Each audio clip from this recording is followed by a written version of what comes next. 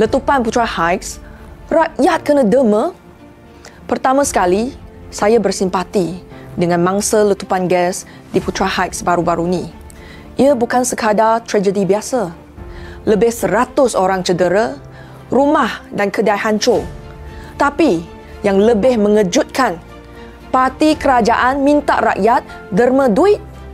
Sekarang, bukan sahaja subsidi dibatalkan. Malahan, rakyat kena tolong kerajaan masa ada bencana. GST 6% diganti SST 8% dan macam-macam cukai baru dikutip. Mana perginya hasil kutipan cukai itu?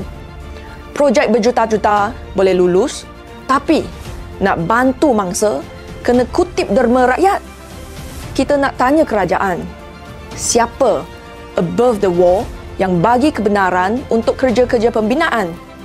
Adakah projek ini dipantau dari semasa ke semasa? Projek ini ikut undang-undang atau ada elemen kabel besar? Kenapa pengawasan lemah sampai boleh berlaku letupan sebesar ni? Kenapa aduan penduduk 3 bulan yang lepas tak dihirau langsung? DAP dulu kata nak bantu rakyat. Sekarang, jadi kerajaan pun masih minta rakyat derma. Bayangkan, 40 MP DAP derma 20,000 setiap orang dan 90 adun DAP derma 10,000 setiap orang. Dah 1.7 juta.